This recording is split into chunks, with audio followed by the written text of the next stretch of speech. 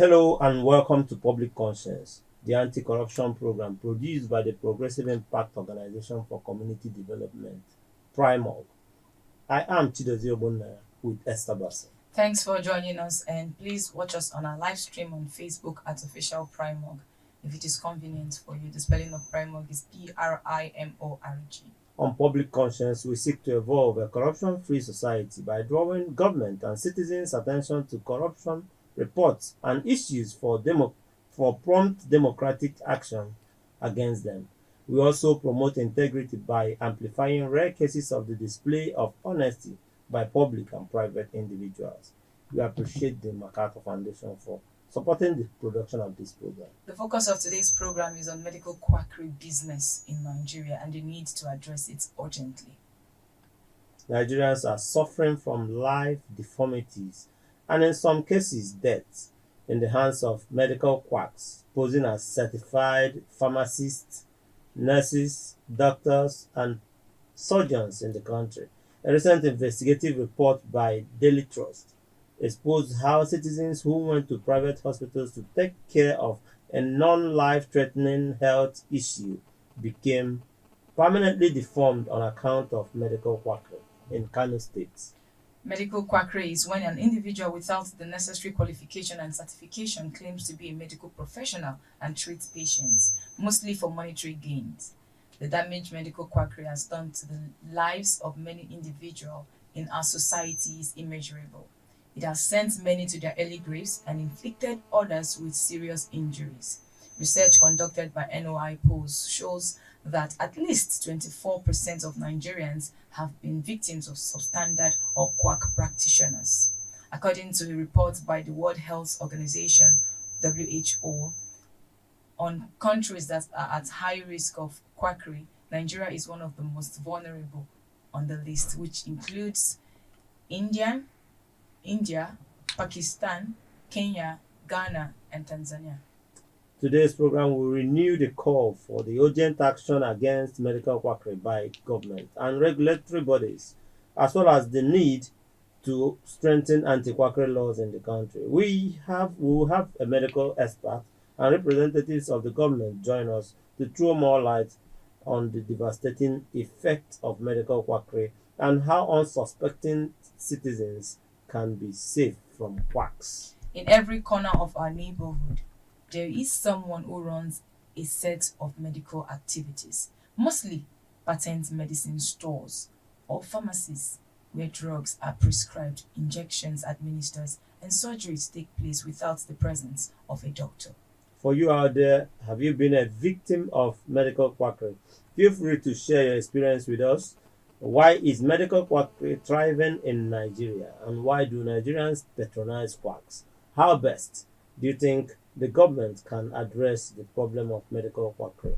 Be ready to join us through text messages during this conversation. The WhatsApp phone line to send your message is 090226566167. That is 090226566167. Please indicate your name and your location when sending your message. This number is for messages only. Please begin to send your messages as soon as possible to 09022656167, and that is 09022656167. If you just joined us, the focus is on the dilapidating effect of medical quackery in Nigeria and how governments and regulatory bodies can stem the ugly tide.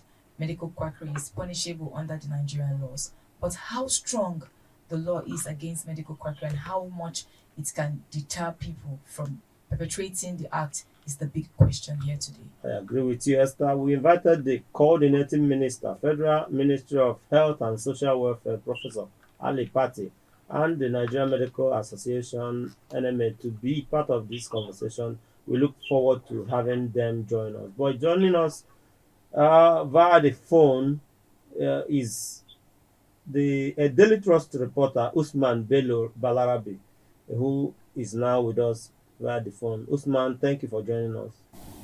Thank you very much for having me. Good morning, everyone. Okay. It's a pleasure to be here once again. Give us an overview of your report and why Daily Trust deemed the investigation important. All right, thank you very much. It's always amazing when people ask me about why I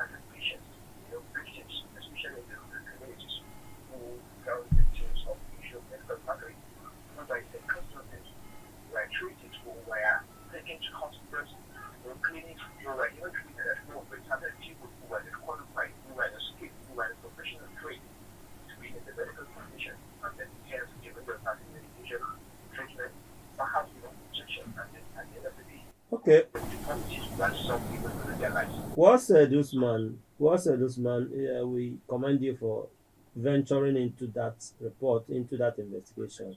But let's tell us more about the investigation and the plight of victims you came across.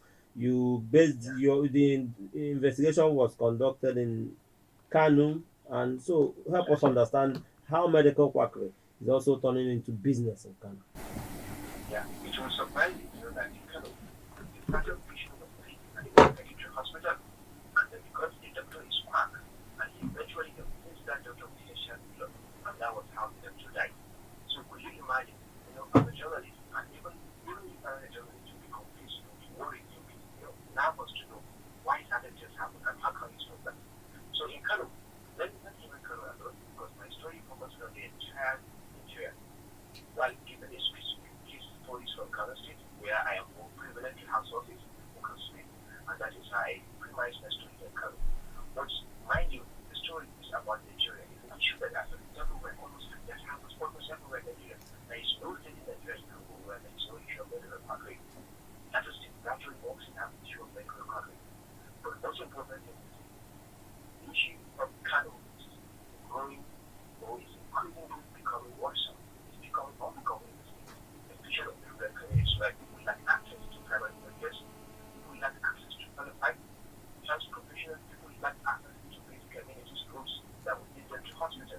There's some communities where there are no hospitals, and therefore some of these people who perhaps go to maybe school of hygiene, where perhaps their profession is supposed to be environmental inspectors, are now working in certain hospitals, giving medication, giving injection. Some even perform surgeries.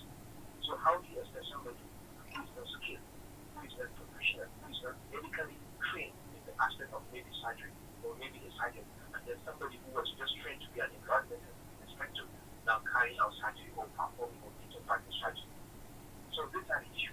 People operating chemists, shanties are not given a motion because people are not given treating inflation, are not given treatment, are not given and that's things like that. So these are becoming in terms of something that especially in the rural communities is an issue that is sorry to say it's becoming out of hand. Mm, it's actually becoming out of hand. And coming from your point of view, what would you say you observed, or from what you could observe on the field, why is quackery on a persistent rise? Thank you.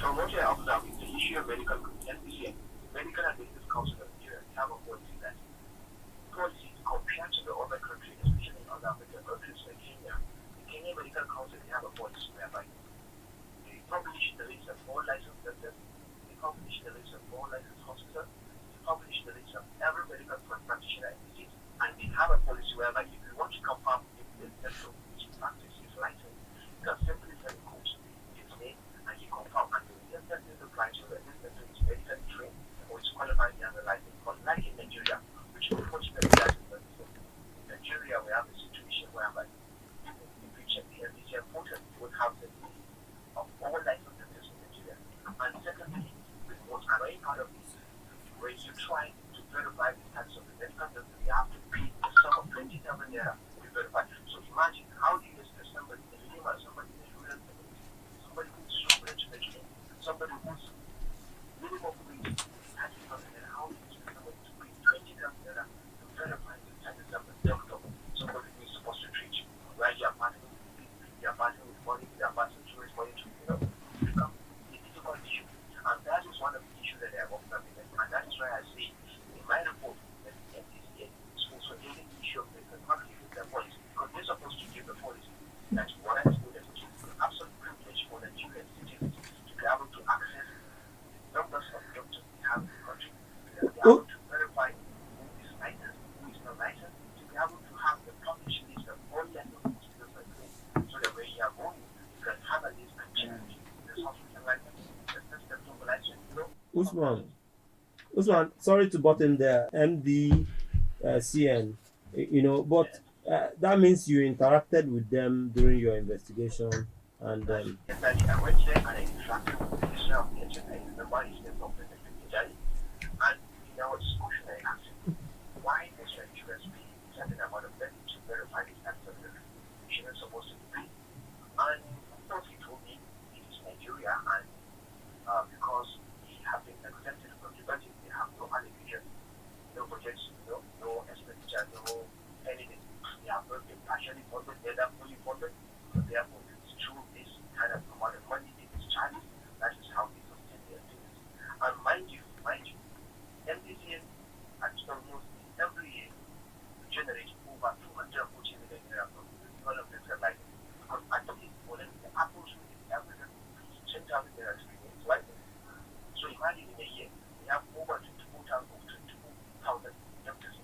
So, Everybody could be 10,000 naira.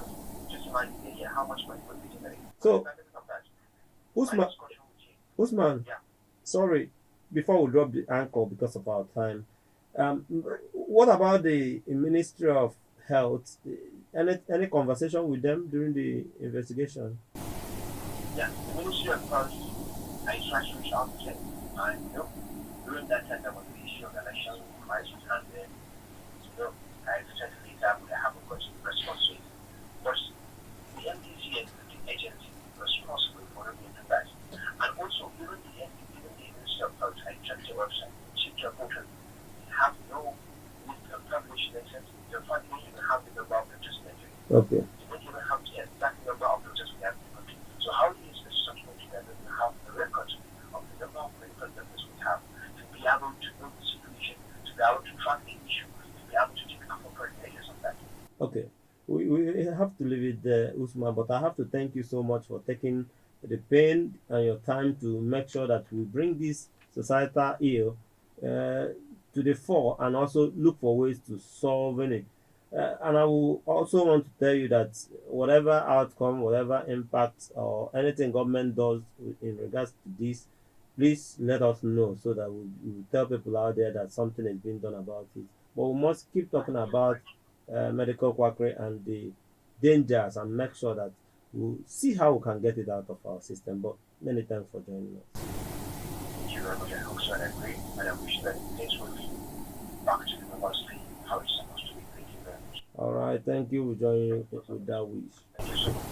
And it is Public Conscience, a production of the Progressive Impact Organization for Community Development, Primorg, and we're still talking about the dangers of medical quackery in Nigeria. It is deadly, but let me tell you that right now I have in the studio, joining me is the president of Association of Medical Laboratory Scientists of Nigeria. He's also a public health analyst, Dr. Kasmia Ifeanyi. Thank you so much, Doc. Yeah, it's a pleasure being here. Good morning. Good morning. So you heard a bit of what the reporter that did the investigation was, what he said, how he went about investigating, and some of the issues he raised. Let's get your first take on, the challenges of quackery in Nigeria and help us understand what constitutes quackery in the medical profession. Okay, thank you. First is that quackery in the health industry, I want to be as expansive as that by using the word health industry, Okay. is a major public health menace. It is common in developing countries, including Nigeria.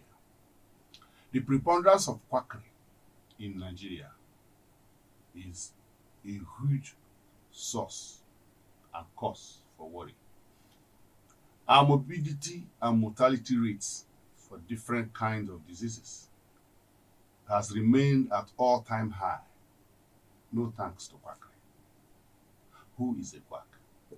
That's the question. A quack is that person, man or woman, that holds himself out to the public or service recipient as a practitioner of a given profession, whereas he or she is not. A quack do not have the following. Okay. A quack do not have the requisite training, knowledge, and skill to practice that given profession.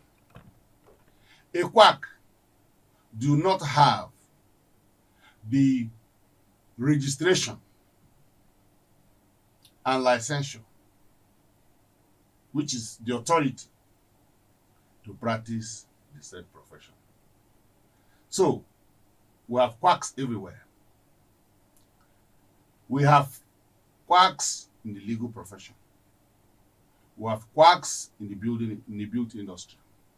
But our concern and for conversation for today is about quacks The health. in the health sector. medical quackery. Medical quackery is not when you say you are a doctor.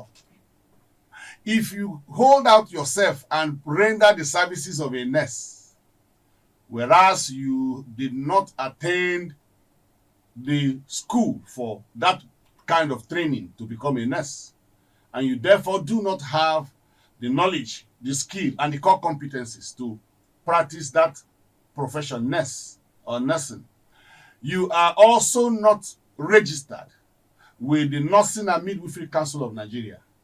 You also do not have license to practice that profession, nursing.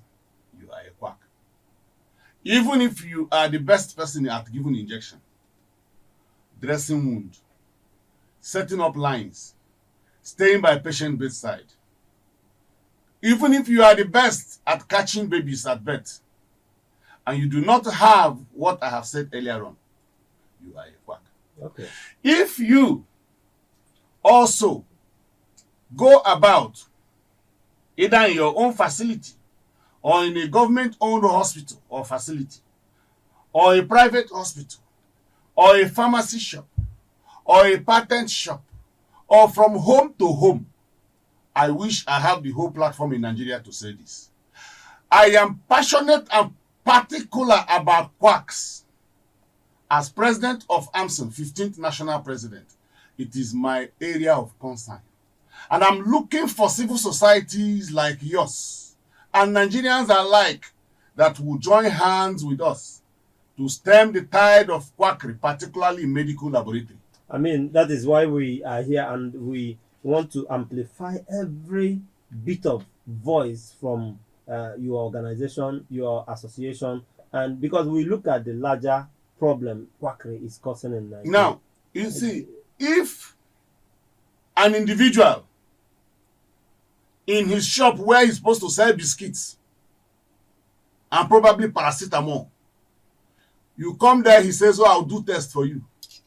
And he holds your hand and jabs a needle into your body that he's pulling blood. You have just gone to heaven or hell and back in that simple procedure, conducted by a quack in his shop or even in your home. Now, that's about it. Today, all Tom, Dick, and Harry hold themselves as medical or health practitioners in Nigeria of different shades and size of form. The reason is it is seemingly lucrative because we're talking about life. There's nothing they will ask you to do to stay healthy and alive that you wouldn't want to do. So you are ready to part with money. So this unpatriotic person, very, very unscrupulous people, wicked persons from hell had continued to filth our people and send them to untimely grave. Okay, Doc, you mentioned the preponderance of quackery. Yes. What is booming it. So, from your own point of view, many people have said poverty and illiteracy. From your point of view, what is the root cause? What is fueling it? Are we the only country in the world that is poor? Can you go to Senegal, as small as it is, and everybody is a medical lab scientist or a doctor or a nurse? So what is our problem? Now our problem is that we have legal framework. We have institutional framework.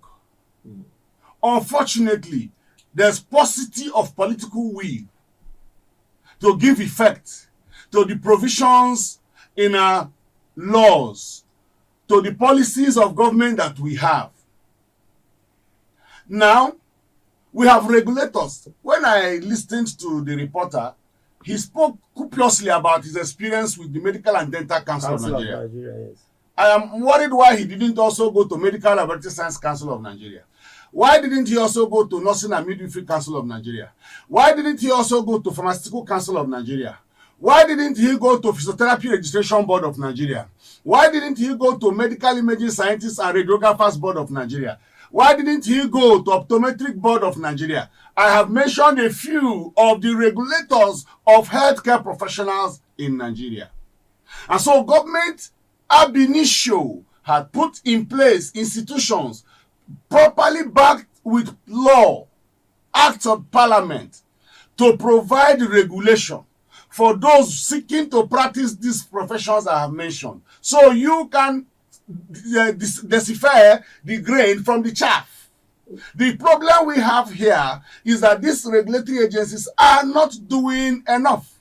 They are not living up to the mandate of their or that set them up. Now, what do we need to do? The report is largely about those who are holding themselves as doctors when they are not doctors. Let me tell you, I have studied the Medical and Dental Council of Nigeria law.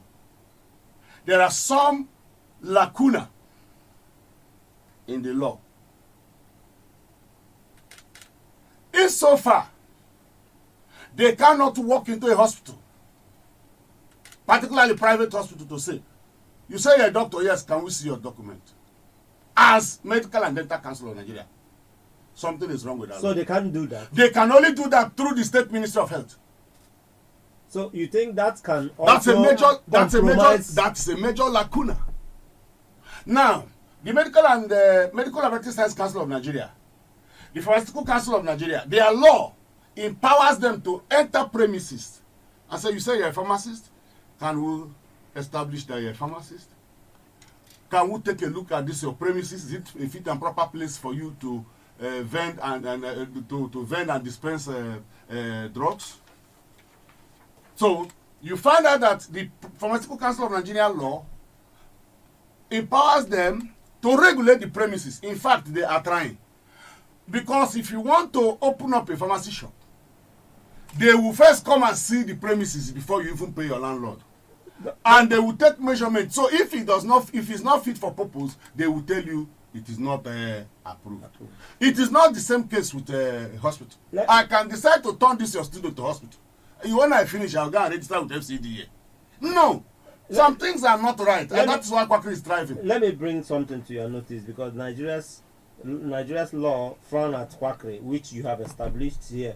Then Section 17 of I think the Medical and Dental Practitioners Act. Yes. Section 17 prescribes punishment between 5,000 naira to 10,000 naira or imprisonment not exceeding 5 years against practice of quackery or related offences. How do they catch the quack? Is this punishment suitable enough to deter people? You see, when you talk about punishment, it is not the weight of punishment that makes it deterrent enough. Now, it is not if, you are sentenced for life. In Nigeria today, if we say you steal 2 billion and you are sentenced for life, many people, even in this studio, will gladly steal 2 billion. Leave it for their children and be sentenced for life. Because they're already sentenced for life where they are. So when you look at the weight of punishment, that's not what makes it deterrent. It is the effectual application of same that makes it deterrent. Now I'll give you an example. You read that law. Who is the person to go and catch the quack for them to charge the person 10 kobo or send the person to 2 days imprisonment? It has to be a systemic thing that searches out, fishes it out, takes the person out of circulation.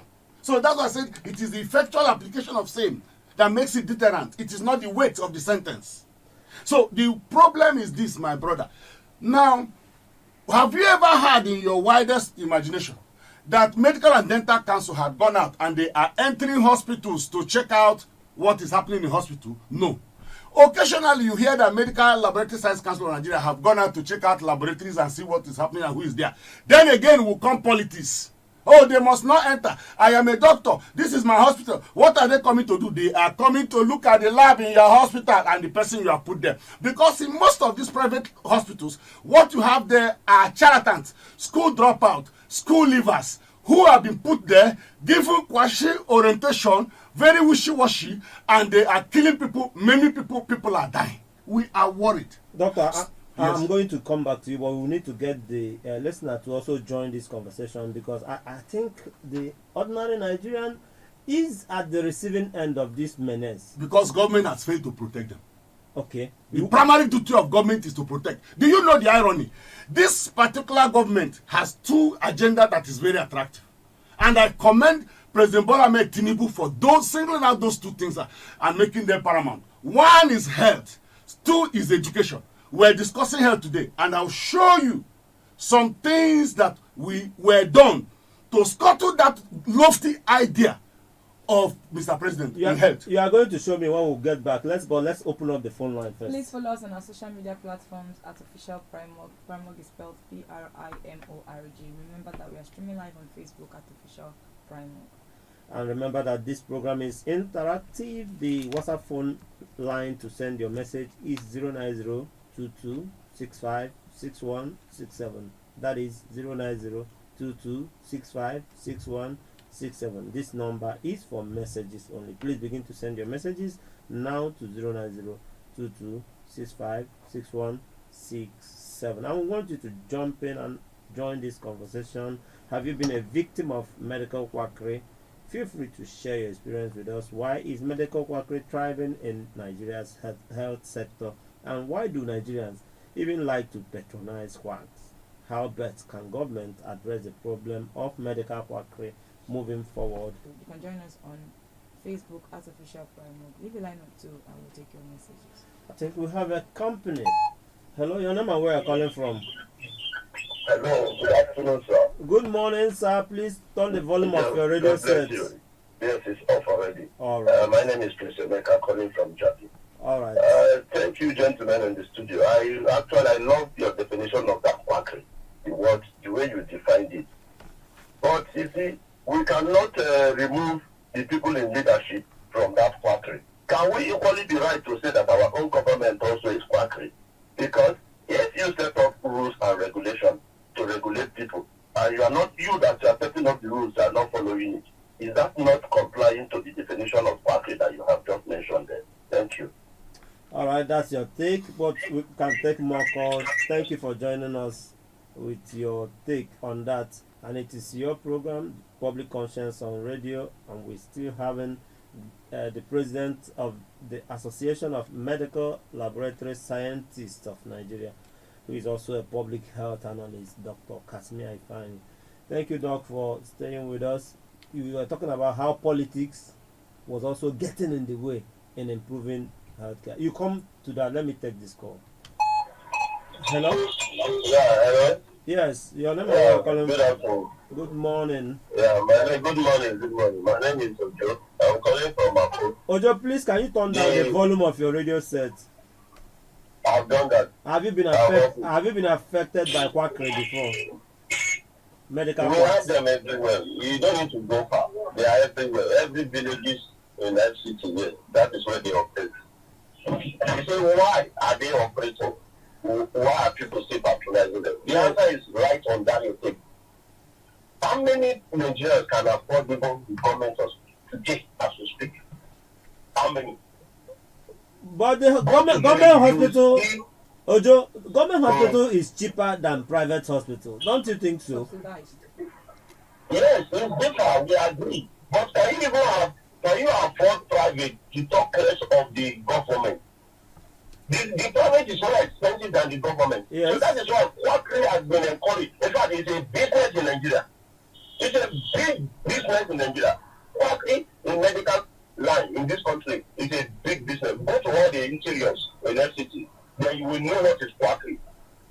People can't afford common malaria treatment in this country. Go and check people in the village. Instead of dying, they have to just resort into one. I mean, let them try the quick one. Just to work themselves die. Let them make effort. Okay. There's no healthcare system that works in this country. Okay. That is the major reason. If quackery is still gaining more grants, it's the government that is responsible for it. If the government hospitals are affordable, where there is regulations and everything is in place, people will not look at you whether you are opening something behind their backyard or not. You understand? Okay. You see people going around with a grip in their hand. Some you see their window, their hand grip. All manner of quackery in this country. Why? Because you can't afford hospitals.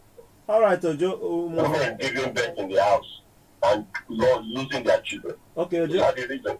Ojo, let's leave it there. Thank you very much. Thank you for joining the conversation. Thank you. All right. Have a nice day. All right, you too. Doctor, maybe you take it from there. Your reaction. Ojo said something that I've noted down. He said quackery is a huge business. I want to modify that and say that quackery is backed up forcefully by cabals.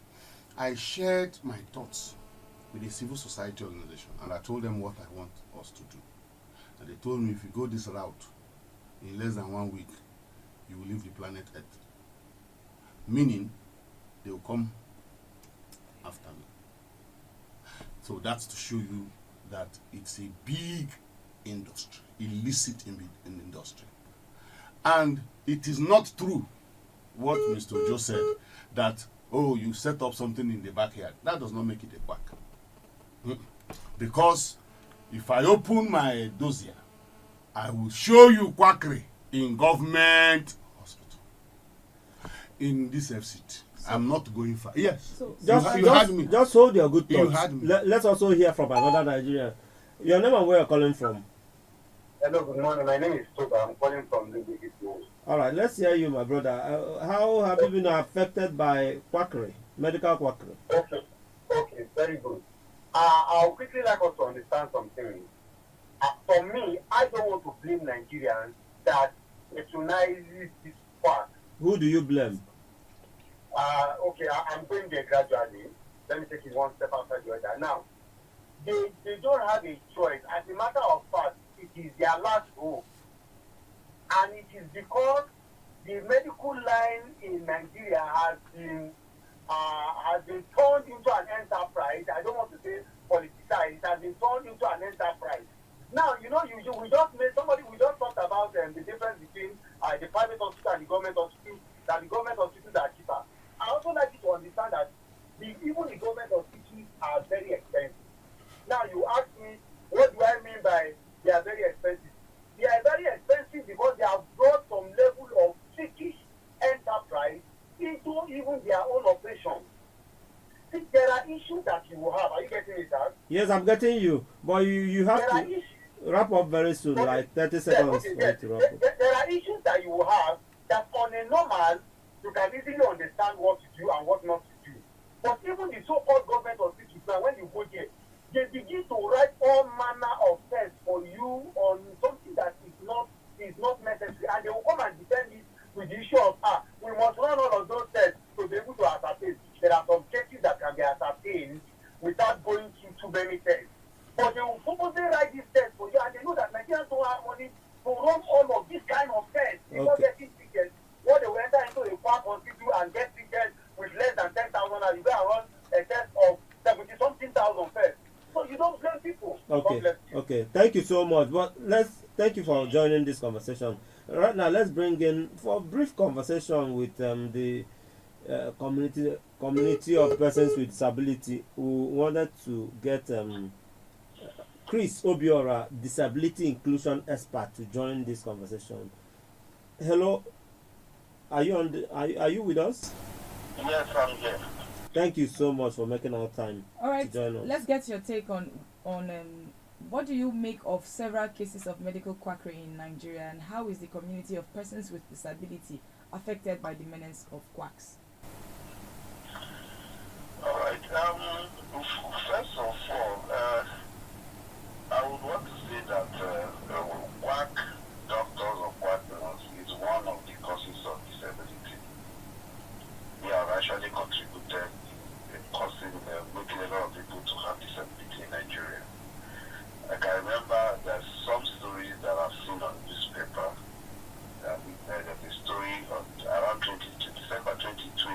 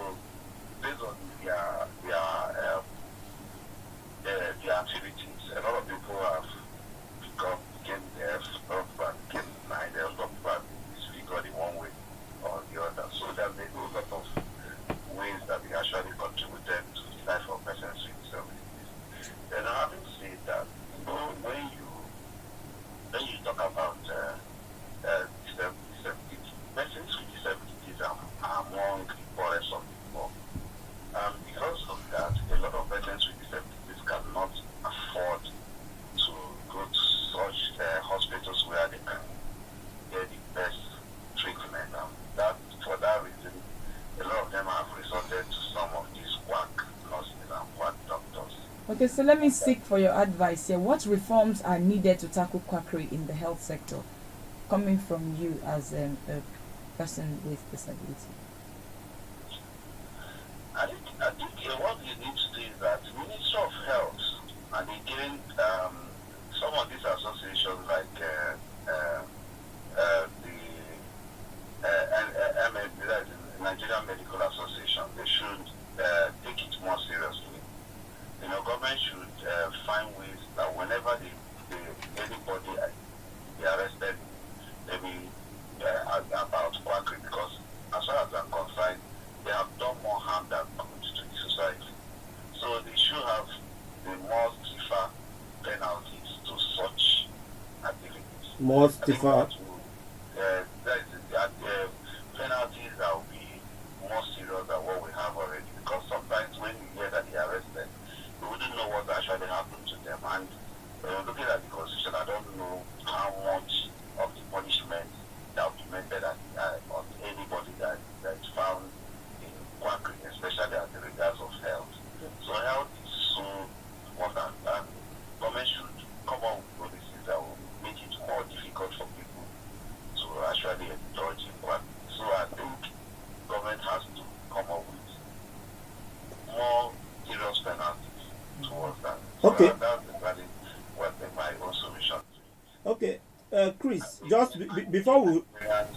Nigerians should also know that patronizing such people, because people will not say that they don't know those who are quack doctors or quack nurses, but because of one reason or the other, they will continue to patronize them. Okay, I was going to ask you because of time about the information people with disability have, because information they say is power, and if you're not informed, you're deformed. How informed are people out there about quackery? If you can give me this in 30 seconds, we are actually pressed for time. Correct. I think a lot of people are informed, but there's still a whole lot of people that are not informed, because majority of Nigerians are living in rural areas, and that's where most of these quack doctors and nurses have where they are having when they are operating. So a lot of people are still not aware. So a lot of awareness needs also be created, especially in the rural areas, All right. so that people understand that most of those people they see around them, the nurses and the doctors they see around them, claiming that they can cure everything. They are just quacks. So Okay. people should understand and know how to identify quacks. So it's very important that that happens. All right. We must thank you so much for joining us, disability inclusion expert Chris Obiora. Thank you for this time. Thank you for having me. All right. If you just joined us, it is still Public Conscience, a production of the Progressive Impact Organization for Community Development, Primorg. Back in the studio, we are still with Dr. Kasmia Ifani, who is the president of. Dr. Ifani is the president of Association of Medical Laboratory Scientists of Nigeria and a public health analyst. A lot has been said, Doctor, and at this point, maybe we'll seek solutions from the angle of existing laws that seems to be weaker and obsolete to fight to deter people from doing quackery, and other suggestions that you think that will change the tide or stem the tide of quackery in medical industry. Okay. The hood does not make the monk. Therefore, it is not the premises that you can use to categorize quack. Even though the preponderance of quack can be found in some setting, if the place is aesthetic, magnificent, exotic building, quackery can still go in on there. We must have the baseline definition. If I see you in my village, Hamufu, and you say you are a medical laboratory scientist, did you go to the university? Do you have a degree in medical laboratory science? Are you with me now? I'm with you. Are you registered with the Medical Laboratory Science Council of Nigeria? Do you have a current practice license issued by the same council? You have seen what I've said. So it's not about premises per se. It's not about location. I have said here on this same spot now that I have cases of quacks. What do I mean? You go to a government hospital where we're saying everybody should go now, isn't it? And you go there, and the person employed to take your sample for testing and do same is not a medical lab scientist. What has happened there? Quack in government hospital, and it's happening. Now, so it's not about that. We know of, they say, foreign investors that came one time. Radio Nigerian staffer did a reportage on that, and we found out that the person holding brief in the lab in that hospital in Abuja here studied zoology, how to keep animals in the zoo. That's a very big, magnificent building owned by government that was even concessioned out. So for me, a whole lot needs to be done by the regulatory agencies. Okay. A whole lot needs to be done by the Federal Ministry of Health and the State Ministries of Health. We need to educate people on the telltale sign that an individual is a quack, on how to credential a facility or an individual so you can have confidence to receive service. All that is not being done. And what makes us professional or a profession is because inherently we are designed to self-regulate. And so anytime you compromise the systemic regulation, then quacks will have a field day. For example, year to year, there are no inspections of facilities by regulatory councils. How would quacks not have a field day? So this regulation need be more effective, very periodic. There has got to be public health education. That's not happening. That is why we said that those who practice in the health sector do not advertise. If they put a signage, it is supposed to be a public health education, because to an extent you are even supposed to put out the credential of the practitioner, of the holder of that particular premises. Okay, so that's not happening. Okay, we have like 1 minute to wrap up this conversation. So okay, I'll just put it two in one. What can citizens do to look out for themselves, since we have, you know, this quackery everywhere, and what can you say to the government at a time like this? This question is very difficult, but I will give you an answer. Citizen, the best person to protect you is not the Nigerian police. The best person to protect you is you. So your own safety, your own health, it's in your hands. Now, if you go to a place, that's part of what I want to do, and that's why I'm asking Primo, can we work together? Yes, if you go to a place and you are discontent with the service you get, there has to be a reporting or a feedback process. That's one way of readily picking out quacks.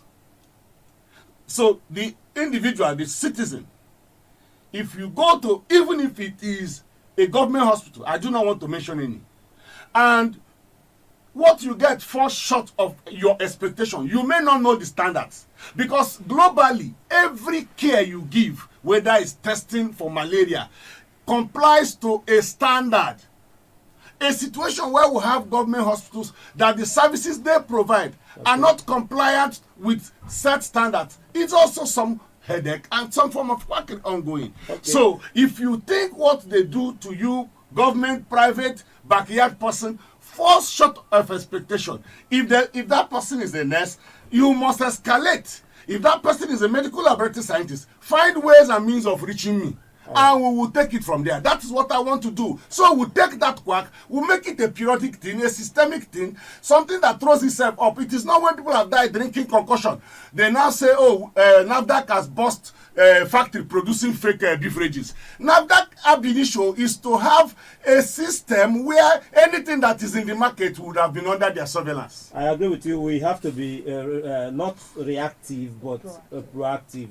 Well, and I want to also assure you that Primog will give you unalloyed support in ensuring that the issues of quacks, we treat it, dispel it from our system. We don't support that. We want a good society for ourselves. We have to thank you so much for coming today, but this is how we'll be drawing the curtains on today's program. Please visit our news website, primognews.org. That is primognews.org for all the details of our reports and interviews. Visit our website, www.primog.org, to get all the information about Primog. And you can watch our videos on Primog TV, our YouTube channel. Please subscribe to get reminders when we have a new post. We appreciate our guests, the president of the Association of Medical Laboratory Scientists of Nigeria, and a public health analyst, Dr. Katimia Ifeanyi. Thank you for coming. It's a pleasure being here. Nigerians, watch your back. Okay. Watch where you access service. Absolutely. Daily Trust reporter Usman Bello Balarabe also spoke to us via the phone. We thank you for speaking to us. And not forgetting disability inclusion expert Chris Obiola. Thank you all for joining us today. Public Conscience has the support of the John D. and Catherine T. MacArthur Foundation, committed to building a more just, verdant, and peaceful world. Get more information about the foundation on its website, macfound.org. Join us again here next week for another episode of Public Conscience, and remember to follow us on Facebook, X, formerly known as Twitter, at Official Primog. I am Esther Bassi. Remember that birth registration and birth certificates are free if your child is under 18. Help stop the corruption in birth registration and do not pay for birth certificates. Also remember that you can give us information on or hint about corrupt acts through our phone at 09022656167 or primogng.gmail.com. primogng@gmail.com. I am Chidozie Obonnaya. Stay safe.